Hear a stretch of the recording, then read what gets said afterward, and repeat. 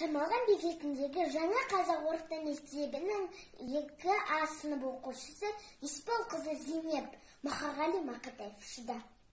Шыда тағы. Шыдамдыны мына өмір ұнатады. Үміттің құлание құлатаңы әйтеуір біратады.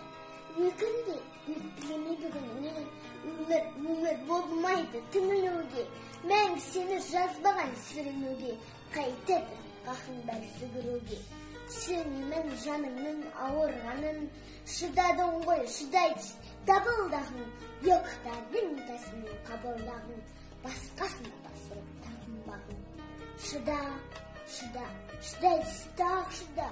тоғылатқан тасқынның ағысына, кір жуатпай кіршіксіз намысына, қар суға болады ал суға.